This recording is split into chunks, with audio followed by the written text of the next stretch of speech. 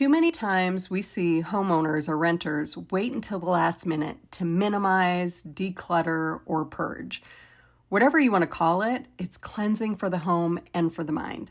Since a majority of Florida homes don't have basements, our garages tend to be the catch-all for all of our stuff. So let's start there. I'm Tannen Teston, your Orlando realtor, and I'm going to take you through step-by-step how to do a one-day purge to get your garage back on track and reorganized. If you're in the process or thinking about selling your house, then click the like and follow button for more tips on getting your house ready for sale, as well as fantastic neighborhoods and new listings in the Orlando, Florida area. The first thing you'll want to do is gather the supplies that you'll need. Heavy-duty trash bags, bins or tubs. Clear ones are the best so you can see what's inside, but use what you have. Sharpies, and I like to use painter's tape. Some people like the stick-on labels for their bins, but I like the painter's tape because it's so easy to use and you can replace it as needed. You'll also want a broom, a dustpan, and I like to use the leaf blower. You'll want to start with a clean slate, and the best way to do that is get everything out of the garage and work in sections so you're not overwhelmed. I like to pull everything out and lay it in my driveway. It looks like a giant yard sale, and it may seem like you're making the mess bigger, but trust me, it's much easier to get organized on the back end. My video is a little deceptive as I had already done half of this step on day one, but like clockwork, our Florida weather rained me out in the afternoon, and I had to quickly get everything back into the garage the day before, and now I'm getting an extra workout in by bringing it back outside. When pulling things out of the garage, you're going to want to separate them into piles of donate, sell, keep, and garbage. Now, this is where you're going to have to be honest with yourself about what the difference is between donate, sell, and garbage. I've heard the saying about one man's trash is another man's treasure, and I get it. I like going to garage sales too and finding hidden gems at thrift stores, but you're going to have to be mindful of your time.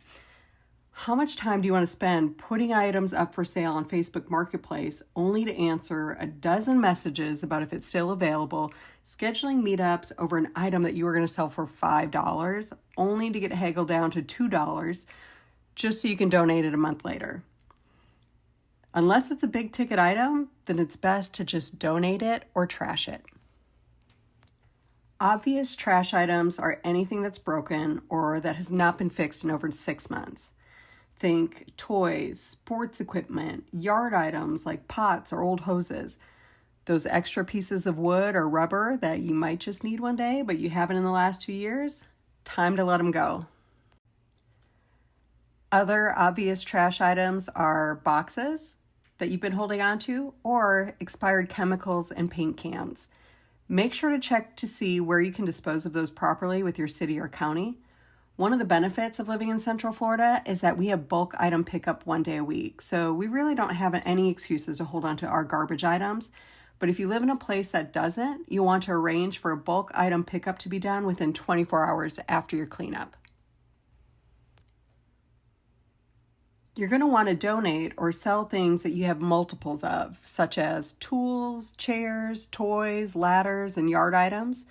Some sorting rules to stick by are if you haven't used it in 12 months, then donate or sell. If it's been broken for over 6 months, then it's a toss. And if it doesn't belong in the garage, then relocate it to the right place now. Don't wait until later.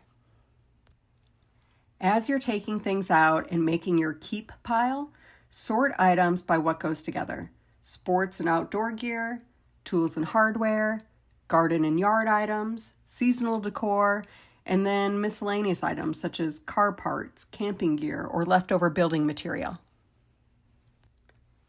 After everything has been pulled out, do a sweep of the garage floor and use your leaf blower to get into the corners.